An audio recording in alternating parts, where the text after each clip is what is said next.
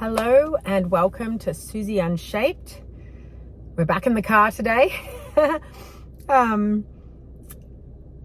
like to do it in the car because I can get to where I pick my daughter up early and then I know I've got time to film. So hello and welcome. And today, as I said, I'm always just one aha moment ahead of you. That's my thing, I think. I've decided it's just, I have an aha moment and then I want to share it. And I was just listening to a story by a reader that I love. And it was about believing in the impossible. And so I was like, yeah, I like this, because it was like, dedicate time for yourself each day, sort of like a meditation, to just sit there and believe in the impossible. Like that to me was just like it kind of makes so much sense. It's sort of, I suppose it's manifestation in a way, but it's sort of like allowing yourself to daydream like the impossible and believe in it. And in the story it goes like this. It was, I don't know if it's Alice in Wonderland, or Alice is the girl anyway. And she's like, oh, but I can't believe in the impossible. And the queen she's talking to, she goes, when I was your age, I would have believed in the impossible 6 times before breakfast. And I was like, it's so true. Like kids in their imagination and their worlds, when they're not told things aren't possible, they dream up the most amazing things. And then over time, like life beats us down, like life beats you down. And then your like realm of what's possible gets smaller and smaller and smaller. And so I just love that, just dedicating 30 minutes a day. Like, I suppose it's like the stillness break. It's like coming back inside, but it's one step further than that. Like just to dream, like daydream in the fantastical, like even to the like create, like what just came to me then was like pictures of me like riding a dragon and things like that. It's like we're told that there's no dragons in this reality, but who says there aren't? Like, believe in the impossible. And if that's riding on a dragon, like we all love movies, especially kids. Like look at all the kids movies. They're all like going to magical lands, or like How to Train Your Dragon, and like just so that I'm actually giving you homework today. And look, you don't even have to start with 30 minutes. Start with 5 minutes. After, even pause this video now. Stop watching me. I'm irrelevant. Pause this video now, like, and just sit there for 5 minutes and just dream the impossible and believe in it. Like, see yourself doing it. And you know what? It might not even be riding a dragon. You might not be going to those lengths just yet, but maybe it's, I'll tell you a story now about, I used to play this game. I read it in a parenting, it was like a how to dissolve conflict. It could have even been, maybe it wasn't a parenting, maybe it was actually a relationships expert giving advice on when you're like in like a, not a disagreement, but it's sort of like, it's called In a Perfect World. And how you play it, well, you don't play it, but it's sort of like, in a perfect world, like this is how it would look. So I did used to play it with my kids, like if they were really frustrated or upset or something like that, I'd say, okay, let's stop and pause. Tell me, in a perfect world, what would that look like, right? What would your world look like right now in a perfect world? Like if you could make anything happen right now, what would that be? And I'll always remember my darling son. I can't even remember how old he was. And he wasn't big, maybe 8. And I think I was like overwhelmed, frustrated, losing it basically. Like really frustrated and irritated. And he was like, okay, Mum, in a perfect world, what would that look like? And I was like, oh, I just like, okay, in a perfect world right now, I suppose I would be like in bed, like in my robe with a cup of tea and like just having a rest, and I'm like really tired. In a perfect world, I would just like to do that right now. And he was so cute. He goes, well, I don't know how to make tea, but I can get you your robe and I can help you get into bed. And it was just so endearing. And that must be what it is. It's to do with like in a perfect world, what do you need right now? Like, what does that look like? And it's not that you're going to get it. It's, I don't even know what I'm trying to say, but so I'll give you another example of when I played in a perfect world with myself. Okay. So I was at work, like single mom, running my own business and working as well. And it was about 2:00 in the afternoon. And I was just like, woe is me, victim. My life sucks. I don't have enough money. I don't have enough time. I don't have enough help. I just want to go on a holiday. I want to, and I said, okay, let's just, like, I was feeling like that sort of thing, you know, like my life is awful. And I went, okay, let's play in a perfect world. So I actually got a piece of paper and a pen, and I wrote down, in a perfect world, what would that be right now? And so I was like, I would definitely be on holiday. So that means no responsibilities. And then I was like, and then as I dug in, I was like, and I would be in like a beautiful hotel room.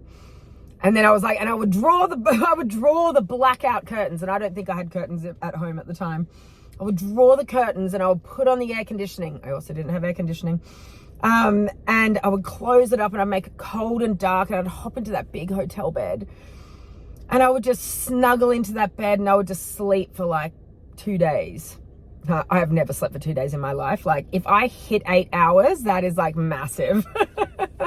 Like I would never get to sleep that long. But that's what I was like, oh my God, that's what I wanted. And so then I looked at it all and it was like, you don't actually need more money. You don't actually need to be on a holiday. You're just really tired. So maybe that's the goal of in a perfect world, like in that regard, that like actually what you just need is maybe less responsibility right now and a rest. So I was like, okay, finished up my work early, went home, did the whatever I needed to do to get everything. I think I put myself to bed at 6:00. Must have fed the kids, like probably put them in front of a movie or something. And I didn't go to sleep, but I just went, I did that. I went into the bedroom, can't remember. I don't think it was dark, but I just like allowed myself time to rest. So now I know that that's not really like, that's not believing in the impossible, but I suppose it kind of is, because at that point in time, I wasn't able to go on a holiday. I wasn't able to like just ditch my life and disappear, but I was able to give myself that. I don't really think that was my point, but maybe it is my point. Maybe it is that once you like give yourself the basic needs, which might be rest and to clear your plate and to just like cross off some of the responsibilities, just shelve them. Like they'll still be there later. You don't need to worry about that. Like, don't do the washing, don't clean up the house, feed the kids like, I don't know, frozen something from the freezer, or noodles, or something that is like low maintenance. Yeah, they might not get a vegetable, but do you know what? Stick a cucumber on the bench and a punnet of cherry tomatoes. Like, do the bare minimum and feed, like fill your basic necessities up first. Because then, I think this is my point, once you've actually satisfied those basic needs of like rest and giving yourself a break, then you can start to dream up like magical scenarios. So like I'm going to do that right after I finish this video, before my daughter comes out, is I'm actually just going to write down, or I may not even write it down. I might just close my eyes, or I might do a video journal. Actually, video journaling is really good. You don't even need to do a video. You can do a voice memo. I find that I am really good when I speak things out, like a voice memo, which now when I think back on it, I love to talk things out with friends or my sisters or something like that. Like talking things through helps me.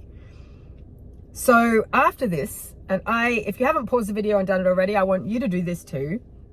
Write it down, daydream it, video speak it, voice memo it, and 5 minutes of like dreaming and believing in the impossible. Like see yourself there, like see yourself doing whatever it is. Like We need to, and I know I use that word we need, which feels really like you should, but it's not. It's like, allow yourself the space to dream and believe in the impossible. Because like we create our own reality. I love it, that Chosen 144 tarot reader, when he said our eyes are not lenses to see through. They're actually projector screens. Projector screens creating our reality from what we are processing from inside out. And as we know from manifestation, it's not actually the things, it's the feeling, which I suppose was when I played In a Perfect World when I was tired at work. The feeling I was actually chasing was I was exhausted and I needed rest and to just take everything off my plate and just clear the decks. And you know, when you do that, it does not take long to recharge. Like, it doesn't take long. Like, you'd be really surprised. So all those shoulds that you've got on your list, kick them out of bed. Like, they're gone. Like, as I said, like, the house will eventually get tidied. Like, often I'll just get this like inspiration of like, oh my God, I really want to tidy the house right now. And you know what now? I only do it if I really want to. If I don't want to do it, and I'm only doing it because I should, I do not do it. And sometimes the washing will just pile up at the back door and I'm not doing it.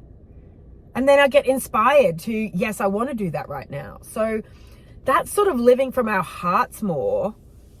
And who knows, like, we don't know what these hearts are leading us to. Like, you might get inspired to do the washing or to clean the house. And it might be because we're being led to while we do that washing. Who knows? We might find a $20 note in a pocket. Cha-ching. Abundance coming in out of nowhere. Like, we might find something when we're tidying up that either we've been looking for or that gives us inspiration for something else.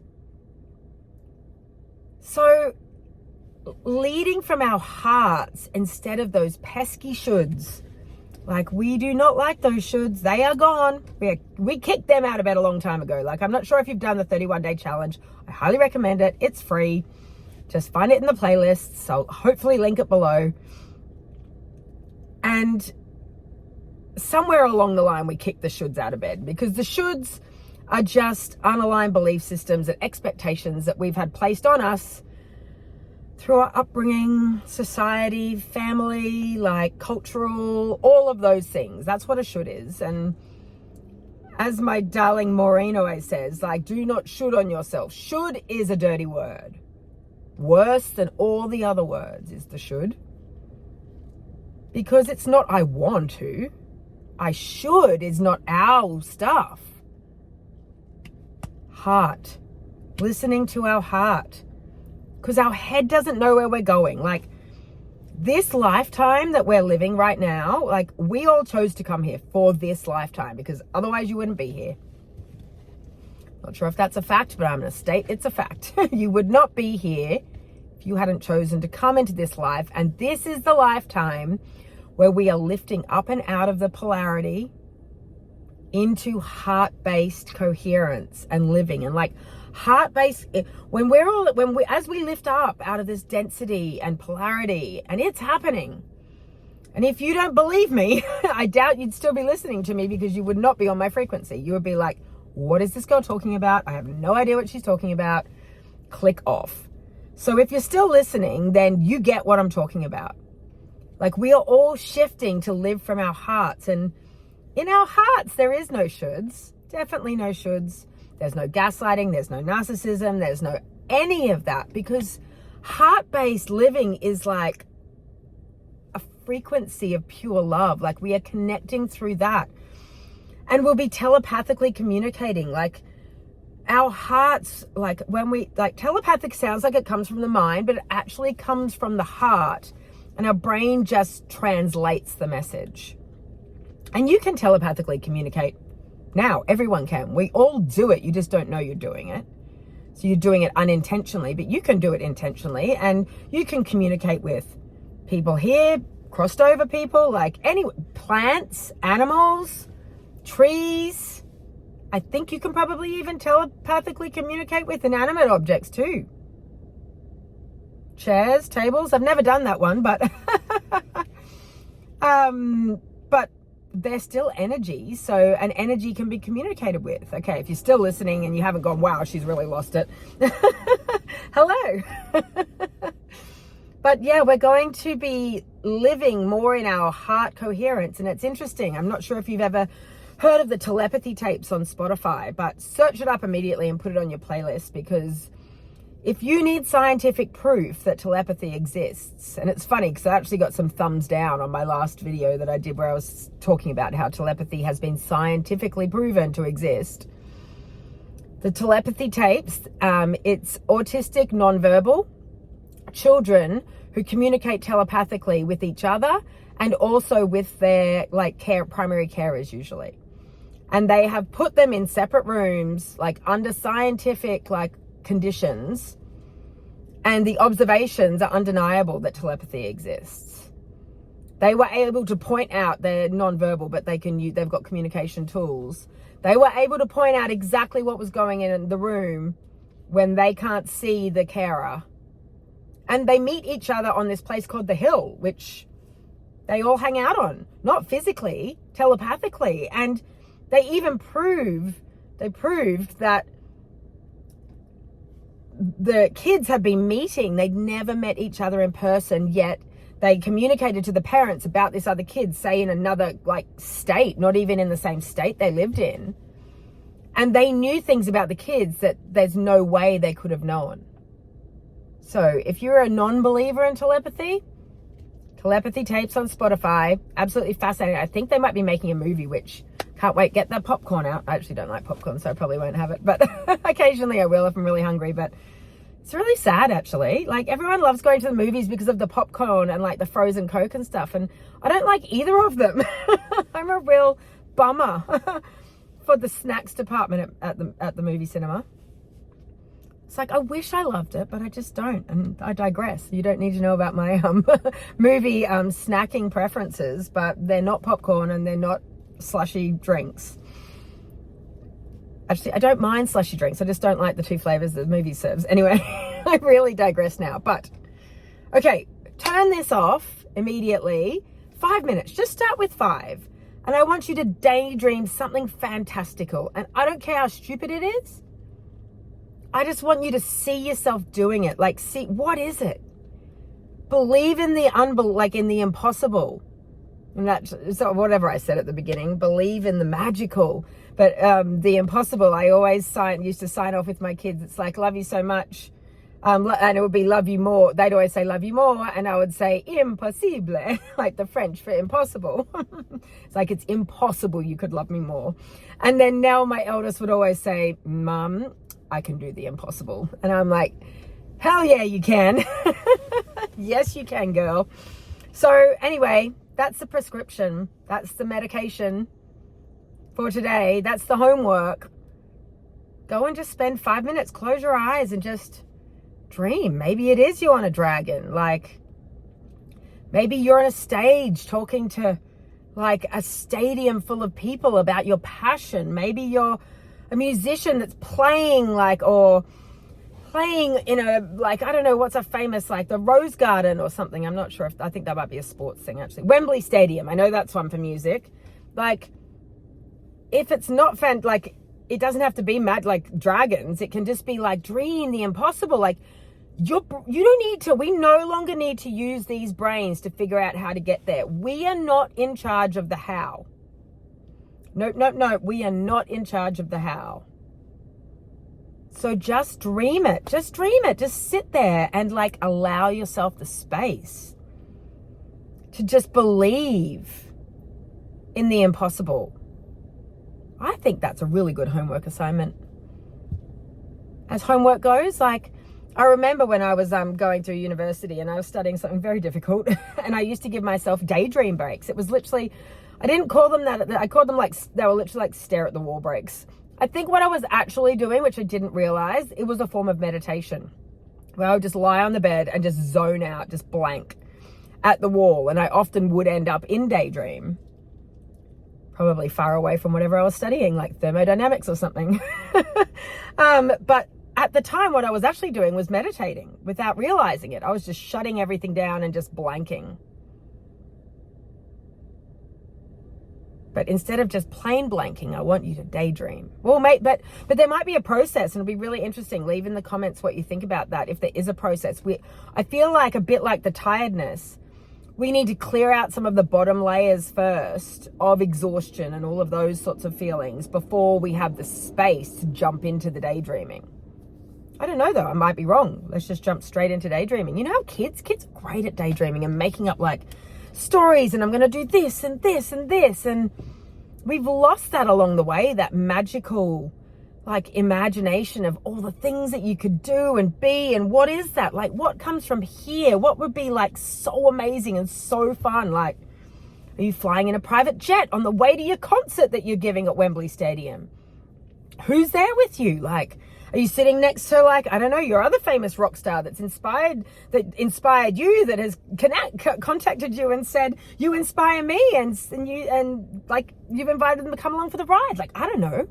It's your, like, this is your imagination. Like, dream it and believe in the impossible. So I love you lots, and that's your homework, and bye.